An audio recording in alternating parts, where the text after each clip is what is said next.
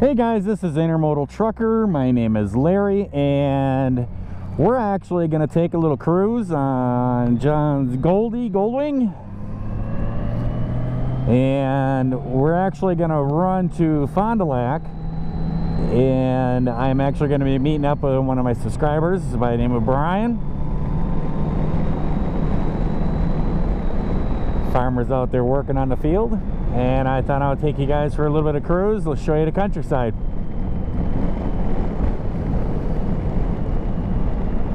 This actually used to be a big church right here.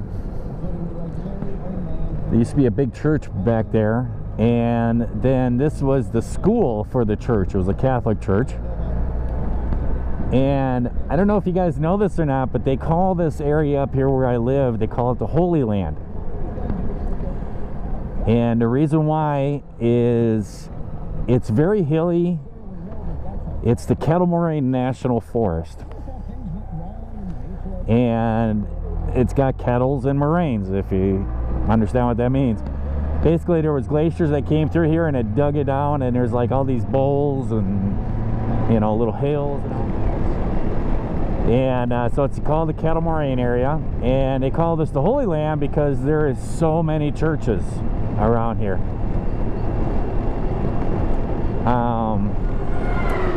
A lot of it is Catholic, some Lutheran, and there was a church there, and there's also another town that we will be going. Oh no, we won't go through. It's just a few miles away, and they also had a Catholic church. And I mean, they were within like 5 miles of each other. And the reason why is because they're different nationalities. One was Irish, and I believe the other one was German, if I remember correctly. And that's kind of a nationality that really settled this type of area, was the Irish and the German.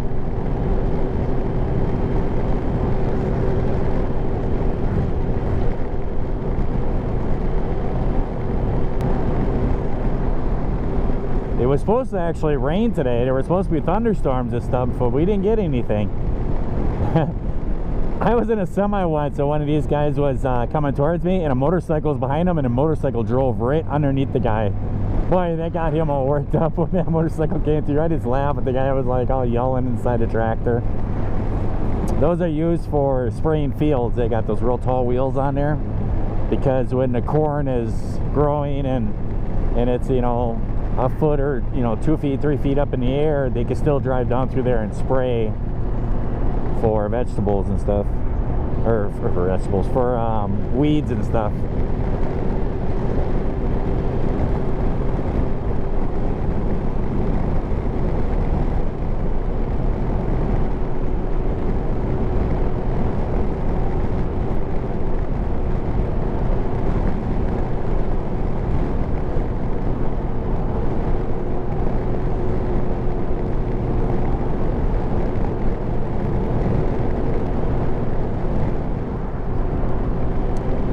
A big thing around here nowadays is the windmills.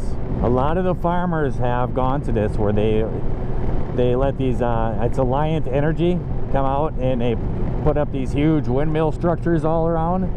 You can see them all off in the distance and everything, and farmers will let them do this. They have to have a road going out to it, but it doesn't really take up too much of their property, and they can still plant crops, and then they get paid for doing that too.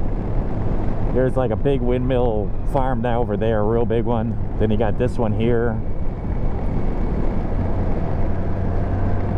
This guy here, it's on the left and the right, is actually Timlin. This is who rents our farmland, who plants all the crops over by us.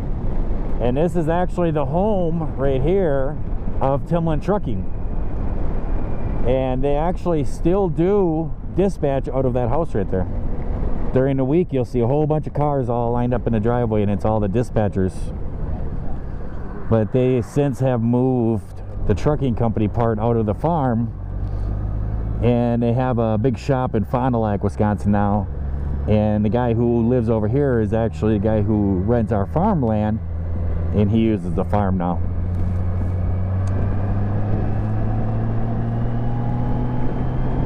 We'll just kind of zigzag all around these little roads and stuff.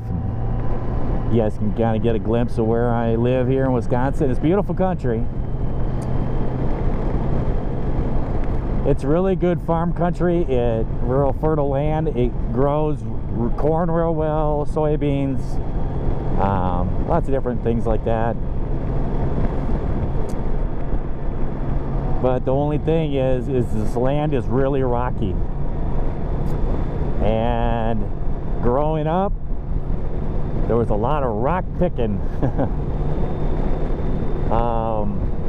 They don't really do that now too much anymore. Some of the farmers I see still work up. Like this land here, this was plowed and worked up. But a lot of guys do this stuff. See, like over here, this cornfield, they go across and they do what's called no-till. And they come across with like this disc, and it's got like this harrow thing on the back of it that breaks up all them stalks that are still left. And then they just come behind. They don't plow and they don't disc behind it and everything else to rework the land up. They come through this little simple disc, and it's got a harrow behind it. Basically, it just kind of cuts all the stalks up and lays everything down, and then they come behind with a planter and plants right into the ground like that. And that's what the guy does by us that rents our property. He has not plowed or disked the property over there, I bet you, in 10 years. And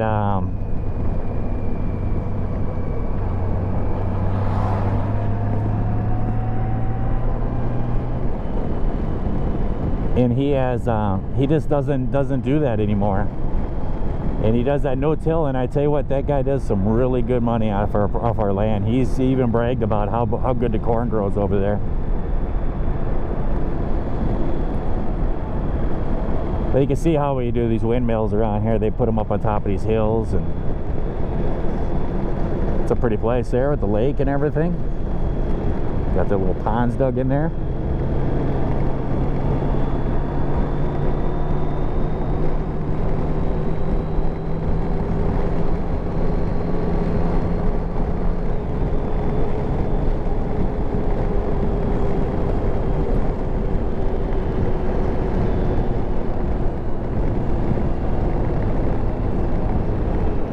But it's a lot of these smaller farms like this around this area. There is some big ones. There's one right down the road from my house. I think I've showed it to you guys. But a lot of these smaller farms like that one we just passed, and that's like the size of ours, kind of. And a lot of them have gone bye-bye, but there's still quite a few that are out here working.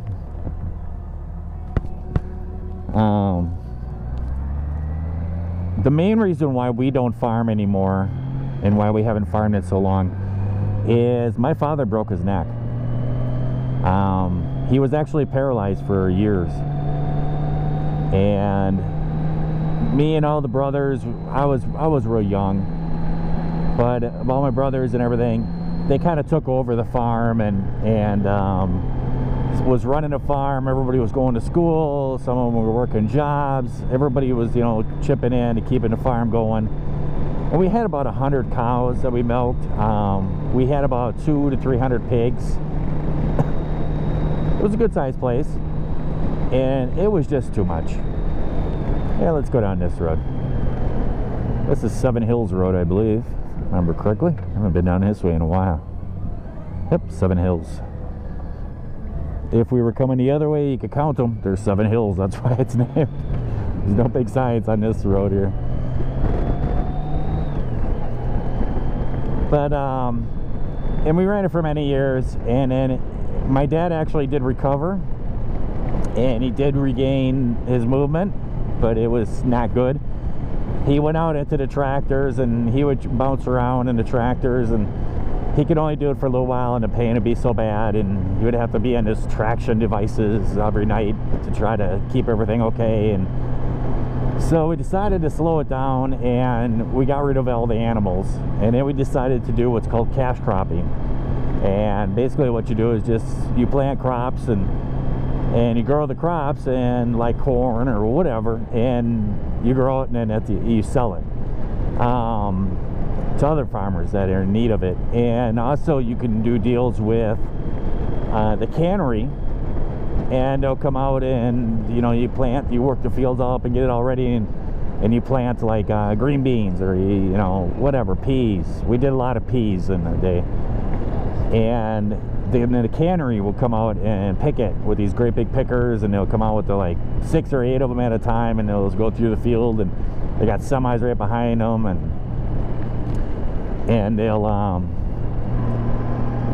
they'll take it all off the field, and then we got paid for that. So we did things like that. And then my parents decided to retire. My dad had a full-time job besides, and he decided it was time to retire, and they wanted to travel. So they ended up actually putting a bunch of the land into a state program. And when they did that, what we did is we worked the land up, and we put the land into this program, and we had to plant this special, like, high-growing grass. It was like good for like pheasants and animals to live in and stuff. And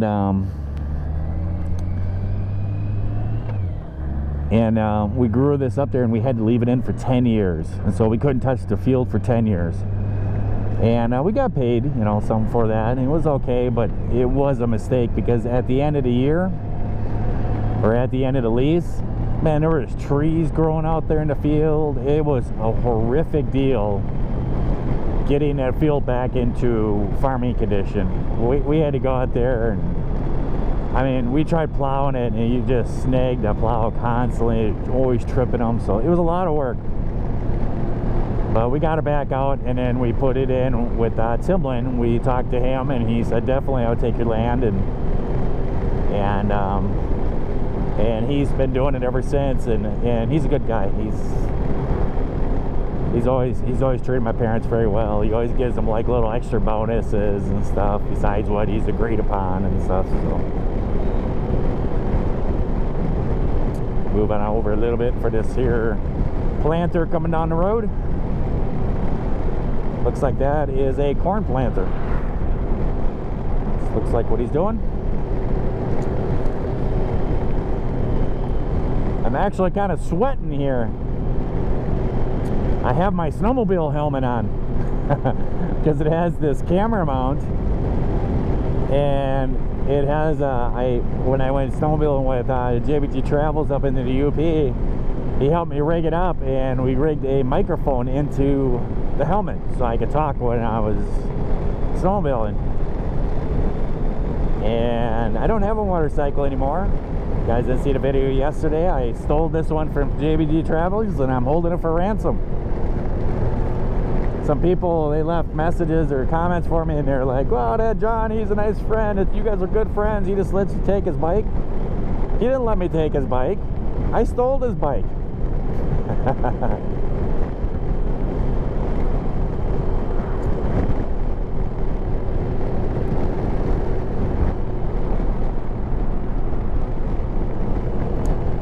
But this helmet is hot. I'm sweating right now. But I thought this to record a little bit of driving through the country out here. You guys get to see this a little bit.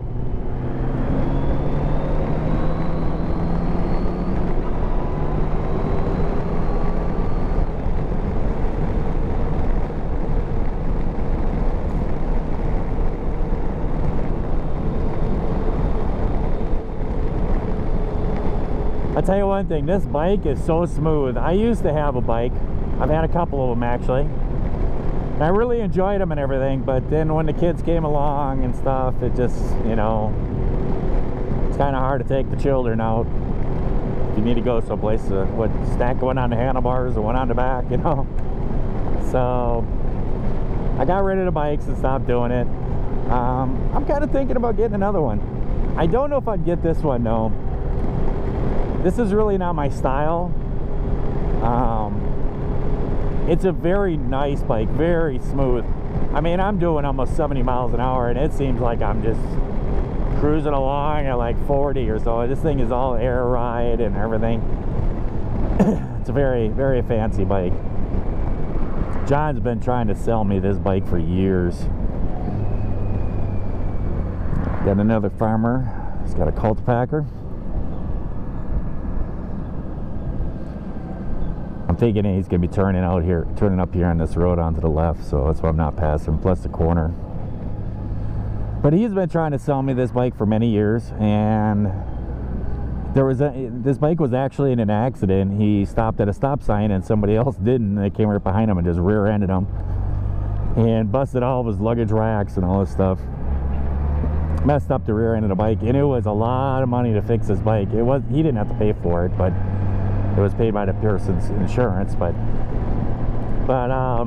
he did owe a bill because he had him do a few other things or something like this. And basically he said, you know what, you go pay the bill, you can have the bike. And he just doesn't use it very much anymore.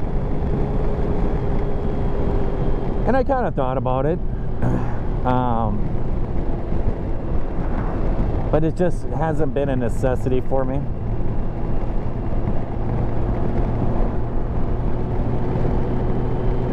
But my style of bike is more of a sporty bike. Not with all the fairings and all this stuff. To tell you the truth, I don't need a seat on the back anymore anyways, because well, I'm not married anymore. I don't know if I mentioned that to you guys or not, but my divorce is final. We had our hearing a couple weeks ago, and that's one of the reasons why I really haven't been putting out a lot of videos. Is I've just been going through a lot of different stuff, and that was one of the things. But my divorce is final. We are divorced now, and everything is all taken care of. So I don't really need a big old seat back there, because it's just a Larry show. And I plan on keeping it that way. I'm kind of all done with the whole marriage thing, I think. I was talking to this one guy a couple days ago, or I think it was yesterday maybe. I was talking to this guy, and we were talking about different things, and I need to slow down. This is a speed trap in here. And we were talking about a few different things, and he said something about he was a younger guy, and he's like, you know, he goes, my mom's friend is, you know, she's always looking for a date. So my mom's always fixing her up. And I'm like, no. I said, you know what? I said, I think I've had a girlfriend or a wife since I've been about 14. I don't think I've ever been without a girlfriend or a wife. And it's like, you know, I think I'm just gonna take a little time for me and just be by myself. Let's see, that's a pretty big Lutheran church. That's a new place. I just got them building out here. It actually used to be this building over here, right there in the corner. That used to be their church, and they built this over here. Quite the improvement, huh? And then they sold that to, I think it's another smaller church or something. And, well, that's a Catholic church. I thought it was Lutheran.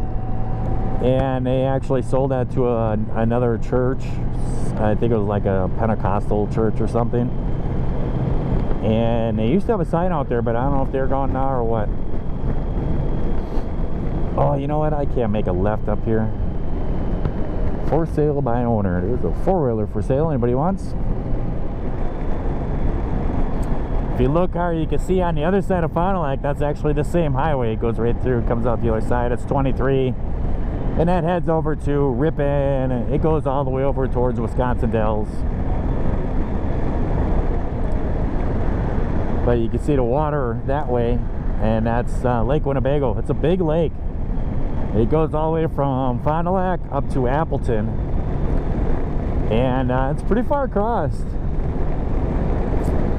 It's a very shallow lake. I think the deepest spots on it are like 16 or 18 feet. It's not very deep. Excuse me. You can actually go out there and go water skiing in it. You know, it's a big lake. A lot of people, they sail on it. A lot of boating goes on and stuff. And you go out there and you go water skiing, and sometimes you'll wipe out on the water skis or whatever. And you know, the boat will turn around and come back for you, and you stand up with your skis, and you're actually standing on the bottom, and the water's like a little over chest deep. It's weird. But the problem with that is that it gets very choppy out there because it's so shallow and it's kind of wide apart like that. that the wind howls across there pretty good and makes it pretty rough. And actually in the wintertime they do, it's a good lake for fishing, walleyes, perch, northern, stuff like that. And in the wintertime it freezes over and everybody puts their ice shanties out there, and a lot of snowmobilers drive across, and four-wheelers, they run across the trails, they run across the lake. And what happens is you could drive across that lake and you can go from over here to Oshkosh or whatever, and it's a straight across shot. I mean, it's real fast, 10-15 minutes you're over there. But then the thing is that you could be over there and you go someplace for, you know, drink or have some dinner or something. You jump on the snowmobile and you drive straight back. You come right back across the tracks you just put in there like an hour ago, and the ice breaks up sometimes because it's so shallow and it gets choppy. It actually pushes up the ice and makes these ice shelves. And there's been people that have died out there on snowmobiles. They'll be doing 70, 80, 90 miles an hour across there. And it's hard to see, and all of a sudden there's, you can't really see the ice comes up like that. And they're driving along going 70, 80 miles an hour, and all of a sudden there's an ice shelf that ice just shifted up like 2 feet in the air, and they just run into a 2-foot tall block of ice. And it's like running into concrete, and it just kills people.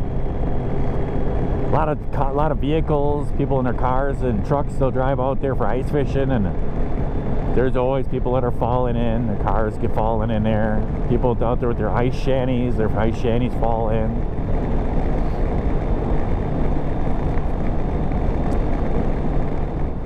We're just gonna jump onto the highway and run that down back to the funnel. Like, just easier going around funnel like we just did.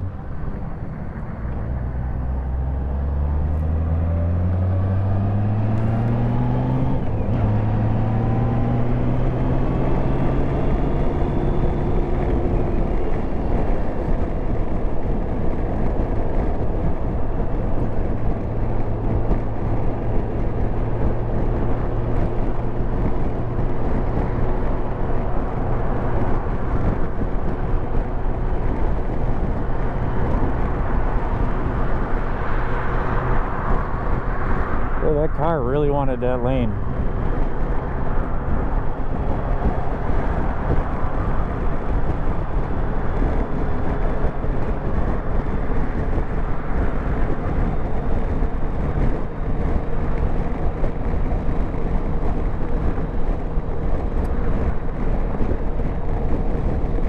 Right there on my left, you can see that's the Love's truck stop that I always stop at fuel at with my semi.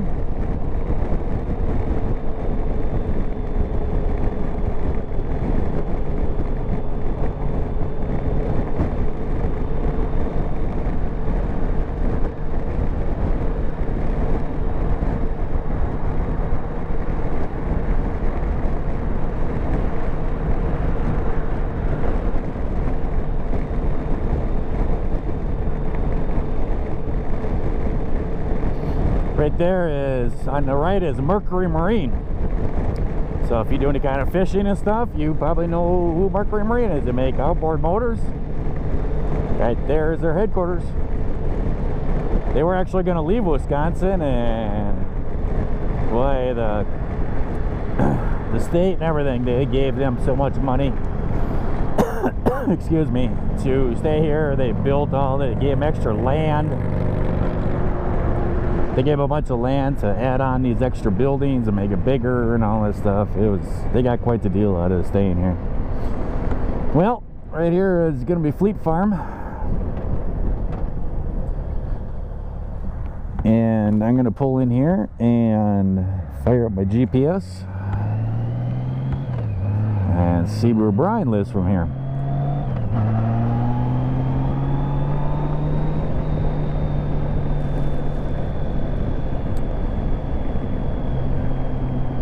Here's one of these world famous roundabouts. Wisconsin loves their roundabouts.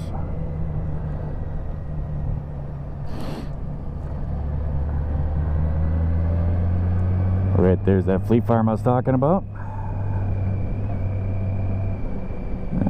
We'll pull up in McDonald's here. That's on this side.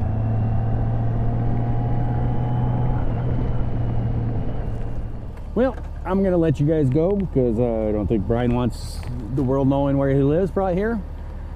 So I'm gonna let you guys go. So I hope everyone out there is having themselves a great day, great night, whatever it is for you. And if you're not, well, then we can try that again tomorrow, right? Until next time, guys, I'll talk to you later. See ya.